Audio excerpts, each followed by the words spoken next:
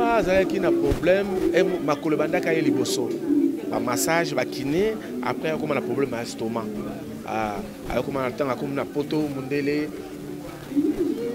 à lobby moi il a traité sur papa sur papa estomac côté qui macasse le temps il fallait longwa avant donc c'est ça le temps papa qui a bandi kaka soin donc c'est ça que yangwana papa atiki biso lelo na 5h du matin ça passe papa Lutumba Simaro aza ekoni ya mboko aza grand na mboko.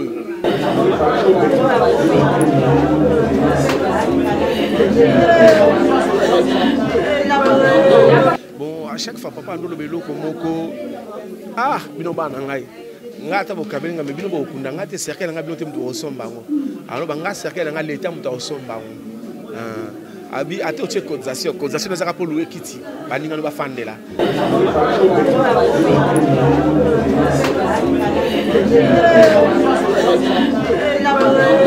sur la mamba site ce total mamba site c'est 001 donc tous en number 1 mokonza bas il y a 001 blague télé loi sur le biso makambe Victoria Télévision Victoria TV et yana ba mon pepa siga yana ba mamna ona ndenge nango.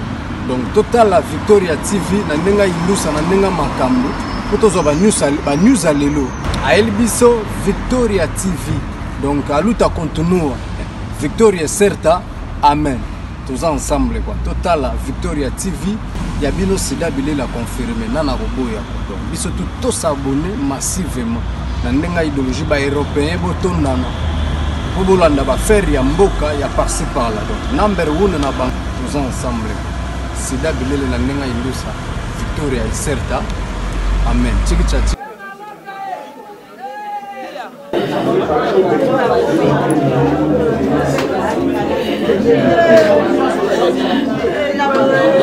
Il a dit dans sa chanson que Moko Nakokufa Kake Kobeta. C'est vrai, il avait raison parce qu'on attend le lot Kake Betela Kibiso.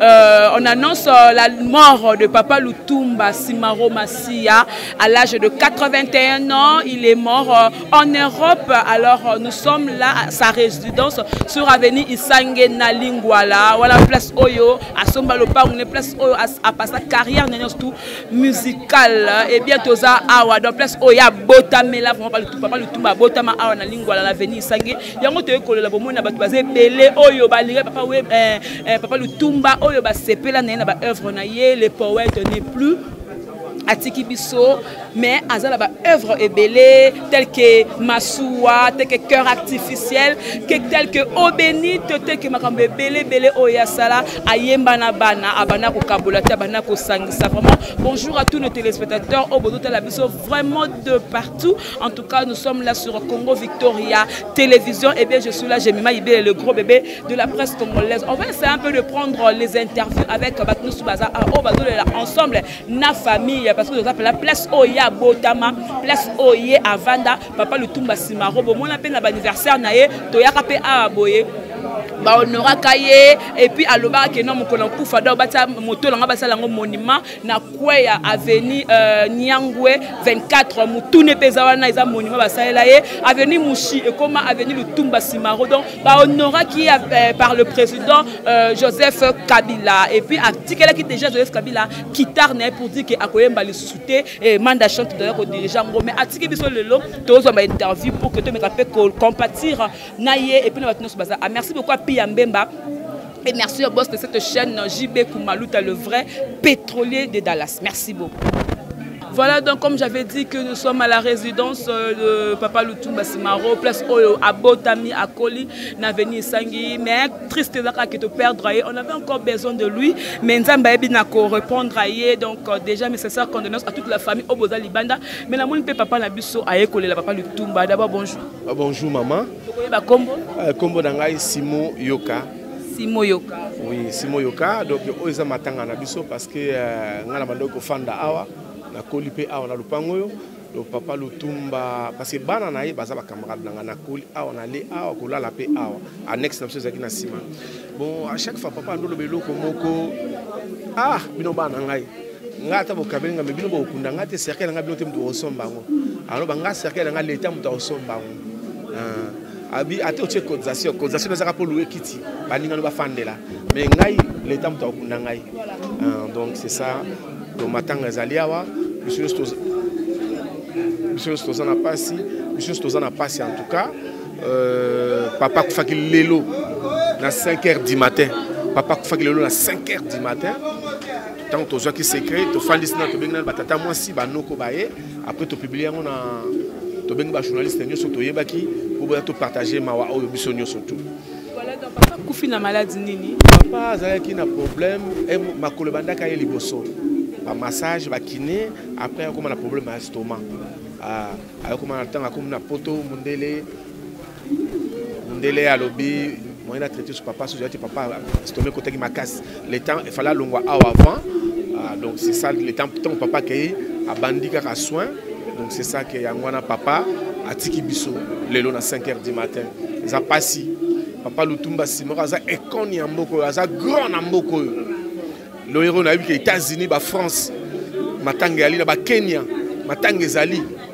Sauf que la Kenya, la Ouganda, la Côte d'Ivoire. Ba Congolais musique je suis avec papa Simaro. Banze mo ba o benit bomba maina yo ya miso. O kolela masumu na yo. Dadi na nga dadi pétrole. Le banze mbwana nyoso toza choquant za matanga. Toza na matanga Congo mobimba. Oyo nyoso nga soutenir biso na famille. Atia un plus ayena lingwala awa to kutani. Avenue nini? Toza na avenue Sangue. Non combien? On a 250. À partir à Mouchi et Komba Lutumba Simamba. Donc comment on peut avenue Lutumba à partir à Notre-Dame, sur retourner à avenue Lutumba, Simaro, le bateau nyonso bayebi avenue na biso oyo. Donc to bengi congolais so linga la son matanga, to sali awa chaque jour ti to reçoit problème na gouvernement ya corps. To sala matanga ah tala ndenge ba bato azolela. Et ça choque makasi. Ba grand nyonso ya musique ba kei. Ba grand ba kei. To tika ba grand ba kei. Donc matanga ezaliawa. Donc ça passe. Soutenir c'est triste comme j'avais dit, donc comprenez-moi, je n'ai pas pu tenir mes larmes. Donc voilà, merci beaucoup.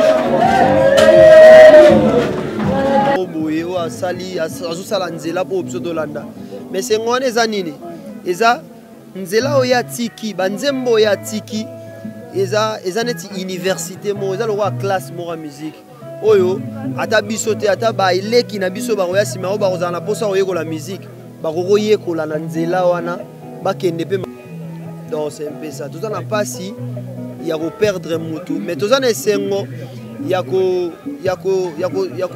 tikala na héritage wa tikeli biso et puis na ajo ya komi na ngwana na musique na métier na biso ajo na to koma apene belete donc faut to kumisa nzambe on a été na ajo na au milieu tout le monde bino apprendre musicien orchestre mususu part orchestre va pas Lutumba bino boye ba to liboso est-ce que ça héritier wa tana bitatinde bino bien bino mo kana reconnaissance va Lutumba te biso déjà to ba to beta musique intelligente d'office donc ne to beta musique ya intelligente faut biso to zala déjà maele et netoye awa toyeka représenter la team wata te tozo représenter héritier watana d'abord mais tozo représenter ba musicien nyonso tout et puis netoye awa ezate poto akize baninga mususu ke bango ndeni bayete biso toye parce que ba banalité mususu il faut totika pour muto pa kufi azaki de muta ba banalité wana te donc doye kaka na oki pasi nga nazaki na antenne A dans sa émission na moni message eleki na écran témoin que papa Lutumba kufi directement la bengi chef d'orchestre na biso Mishka yazara na veni mona papa Lutumba et to beti tournalier sur place pour que tous soient pena lisolo en vrai à part ça na ebi ke bato belé ba ya ba epé ko partager na pasina na famille ainsi que na biso ba musicien koza pasi ya famille eza pe pasi susu ya musique et na bato balingaka musique eza matanga na biso et toye wana pour te représenter ba musicien Milito moi morceau ya Nzembo Papa Lutumba parce que eza ba œuvre nemba nini azala ngo belé masuwa cœur artificiel au béni tu veux belé nemba ta pararara ba kadi kabelanga nde motema mama o kadi kabelanga nde motema mama o mama o mama o soirée ya suka tozalaka biso mibale loboko na kingo sheri okolelalela ngai mama e ngai mpe lokola yo susi elei nzoto napesaki yo lopete otia na mosapi olakisaka lokola carte ya citoyen ezebele. Voilà, merci beaucoup. Na ba 0 heure te solaki na mwana Simo Salomon Lutumba. Voilà. Mais en tout cas va se dire mais peut-être que mwana azoya sikasiko vraiment que il a sepelé mingi gérer si ma mission que ngama se 80 ça ba Lutumba na mwangi musika ce que bomoni balabala Lutumba Simaro c'est Tsaka Congo. So bomoni guitare na ye oyo ya pas chez Tsaka Congo en tout cas vraiment que Dieu merci que Papa Lutumba vraiment que tout le monde musique mais là c'est mais jamais. Papa Tsaka Congo souhait na yo ezanini pona liwa ya Lutumba parce que za monument ya mboka na biso asali musala munene souhait na ona matanga na ye ele kanenge ni ezala ndenge ni. C'est la présidence de la République to mais à l'entremise ya mise activité des arts ba ki kozwa matanga en charge ya biloko te ya simanda côté non. Lutumba za munene trop. Ça est le côté je crois c'est Limiko. Il y a les musées congolais, les musées des arts, la présidence en charge. Voilà, Tsaka Congo, pardon maman, Tsaka Congo, mama sanga to ebeko ya ebele, lelo oyo, mutu so akufi, ba discipline ya mo ebele, moi ba désordre kotaka. Mais papa Tsaka Congo ko koloba nini par rapport ya matanga oyo selon organisation. Nous tous ça mutu akufi lelo, on organiser le mon côté.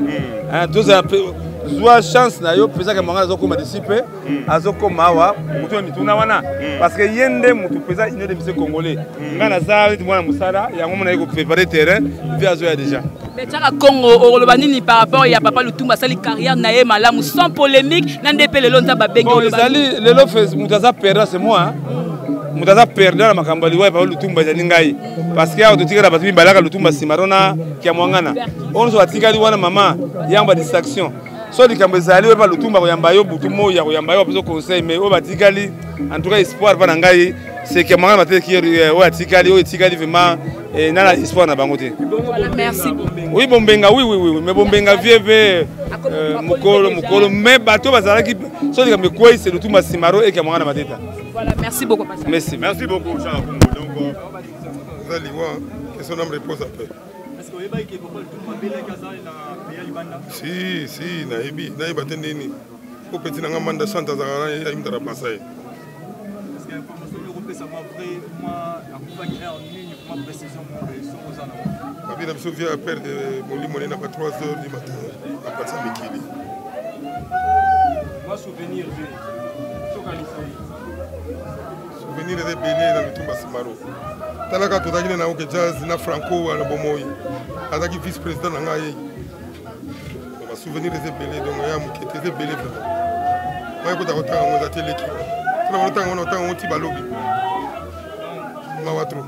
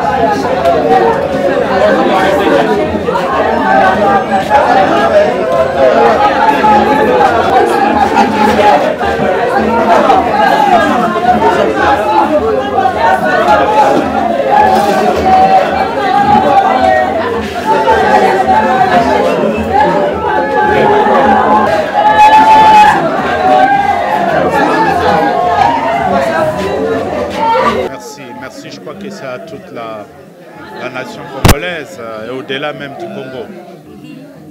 Voilà, donc qu'est-ce que vous disiez par rapport à perte énorme de Papa Lutumba? Il nous a quittés à l'âge de 81 ans.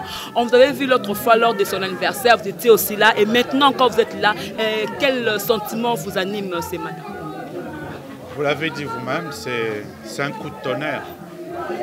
C'est un coup de tonnerre, lui-même l'avait chanté que le jour où il partira, ça sera comme un coup de tonnerre. Et c'est ce que nous avons ressenti. Nous savions que depuis quelque temps, bien qu'étant loin de nous ici, on suivait la situation, on savait qu'il n'était pas très bien. Mais nous restions en union de prière pour que l'Éternel puisse avoir pitié de tous ceux qui l'aiment, tous ceux qui portent Lutumba dans les cœurs. Mais Dieu en a décidé, le destin en a décidé autrement. Mais ce que je peux vous dire à cet instant, c'est la fierté de savoir que il a marqué son époque, il a marqué son histoire, il a marqué la vie musicale, artistique dans notre pays et même philosophique. En fait, nous venons de perdre les derniers monstres sacrés de la rumba, de la chanson congolaise. C'est les derniers. C'était les derniers de cette génération. Vous voyez que vous êtes vraiment émotionné. Hein? J'ai perdu un papa. Un homme très attachant, un homme d'une grande sollicitude, un homme qui traduisait l'amour, le respect, qui aimait beaucoup aussi notre pays, qui aimait beaucoup le Congo, qui a transmis tout ce qu'il a reçu. Il a fait aussi son parcours sans polémique jusqu'à ce qu'il est allé. Jamais de polémique, jamais l'exhibitionniste qu'on voit actuellement dans la chanson congolaise. Il a porté en lui jusqu'au dernier jour l'héritage de la rumba congolaise qu'il a reçu des Calais, des Taboulay, des Luambo, des Bombenga, de tous les grands, je veux dire, de tous les grands que je peux citer ici, des Wendo.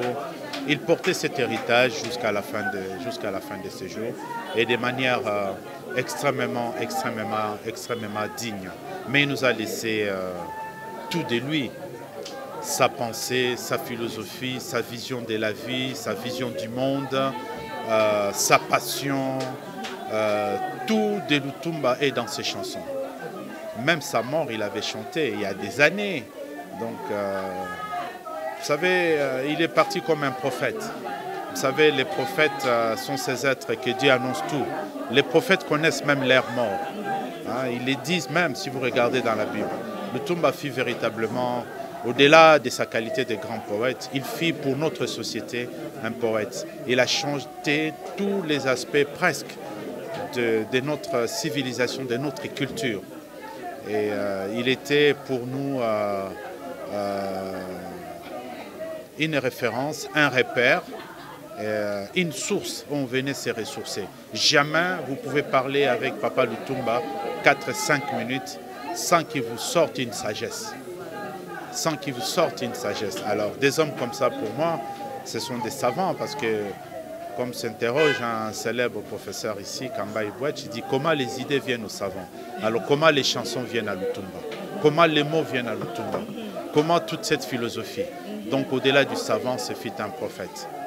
Mais il aimait bien très modestement se reconnaître quand on l'appelait juste le poète. Voilà, pour en finir, qu'est-ce que vous avez demandé à notre gouvernement pour qu'on puisse l'honorer à titre posthume?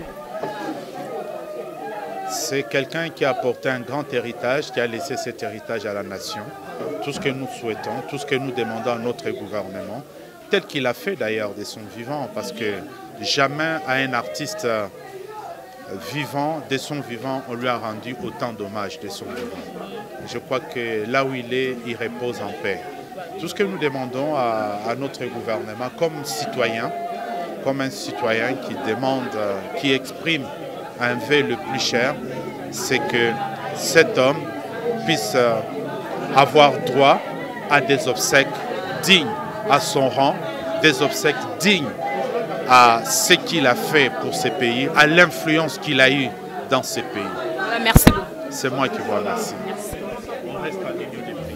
Voilà donc très chers internautes de Congo Victoria, donc très chers téléspectateurs, Bozuba image, comment est-ce que famille Baleli, donc il avait dit moto nanga bakamata basala monument, ce qui va paya baye ba memela nsango. C'est pour ça que ça a vraiment des annonces na biso, on a place au basalela papa Lutumba monument denga lobaki, bazu mutuna e ça dit bato ba uti bandal, ba uti selemba, tant ba okende zando. Tant que des 24, des boulevards, des Sosimat, des GB, des Moutou, des Chaoumba, des Willery, des Chaoumba, des Tabo, des Willery, des Moutou, il y a Papa Lutumba. Donc le président Joseph Kabila avec une honoré Papa Lutumba Simaro. C'est pour ça que nous avons voulu que nous avons la moto en haut le sous-sous, même si nous avons la moto en haut, c'est ça, Moutou yango yango oyo avec une honoré Papa Lutumba. Vraiment c'est triste de perdre le poète Simaro Massia. Oya Sala qui parcours sans polémique, sans problème. Oyolelo yobato belé a comme un modèle pour la batu. A Sanisa Banamike, Ayemba, Nana Félix Wazekwa, Ayemba la bato belé, faire égola, Ayemba Kabablo connaît, œuvre naïe. C'est-à-dire, Azala polémique na mon touté que non, Azala que non. Sonala Moutouno dans l'auteur de la chanson Massoua, cœur artificiel, chanson et belé oyeba na koyemba. Vraiment merci beaucoup à Piambemba pour ces belles images. Merci beaucoup à mon boss JB Koumoluta, le vrai pétrolier Nakata Dallas. Merci beaucoup à Mathieu Obolinga Bisso, na lingi bino mingi. Vraiment c'était Jemima Ibele, le gros bébé de la presse congolaise. Donc borozande ni makambo ko sale ma programme ne ko pesa na famille bokozonka à travers votre site Congo Victoria. Merci beaucoup à Piambemba, surtout tout ça collé là de cœur, hein. Donc Dani Mouyenge, l'homme 10 millions à Paris, tout ça collé là Papa Lutumba Simaro. Il y a d'avant Toulouse de Bruxelles, tout ça collé Papa Lutumba Simaro. Il y a Dadi Mabib Mokonda double commune à Paris, tout ça collé Papa Lutumba Simaro. À Pomanen antivirus ombre noire. Na Paris, tout ça, le papa Lutumba Simaro, Bozake Belé, Afa Lutumba, na Paris, wana, merci, tout ça, là, dans moto, na vraiment yango, na simbiango, donc papa Lutumba, paix à ton âme, nous ne t'oublierons jamais, voilà. Nous ne t'oublierons jamais, papa Lutumba Simaro, Massia. Voilà, merci beaucoup, Piambemba, merci, c'est très triste, merci beaucoup. Sur la site, ce total site, c'est 001. Donc, tout ça, number 1, Mukonjabas, il y a 001. Blague télé, loi sur le Libiso Marambiad, Victoria Télévision, Victoria TV, et il y a mon papa Siga, il y a maman na ndenge. Donc total la Victoria TV, na ndenga ilusa na ndenga makambo, potozo ba news alelo. A Elbiso Victoria TV. Donc à luta continue, Victoria certa, amen. Tous ensemble quoi. Total la Victoria TV. Il y a bien aussi d'abord la confirmer nana roboya donc biso tout s'abonner massivement na ndenga idéologie ba européen botondana bobolanda ba faire ya mboka ya par-ci par-là donc number 1 na bank tous ensemble c'est d'abord la ndenga ilusa Victoria certa amen.